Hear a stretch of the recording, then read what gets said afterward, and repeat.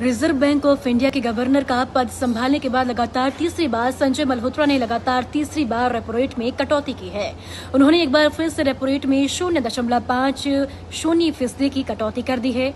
RBI के इस फैसले के साथ ही रेपो रेट अब 6% से घटकर 5.50% पर पहुंच गया है। रेपो रेट में कटौती से बैंकों के ब्याज दरों में गिरावट होगी और आम लोगों के लिए होम लोन का बोझ कम होगा।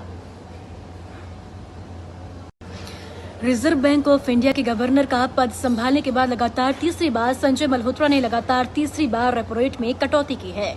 उन्होंने एक बार फिर से रेपो रेट में 0.50% की कटौती कर दी है। आरबीआई के इस फैसले के साथ ही रेपो रेट अब 6% से घटकर 5.50% पर पहुंच गया है। रेपो रेट में कटौती से बैंकों के ब्याज दरों में गिरावट होगी और आम लोगों के लिए होम लोन का बोझ कम होगा। रिजर्व बैंक ऑफ इंडिया के गवर्नर का पद संभालने के बाद लगातार तीसरी बार संजय मल्होत्रा ने लगातार तीसरी बार रेपो रेट में कटौती की है। उन्होंने एक बार फिर से रेपो रेट में 0.50% की कटौती कर दी है।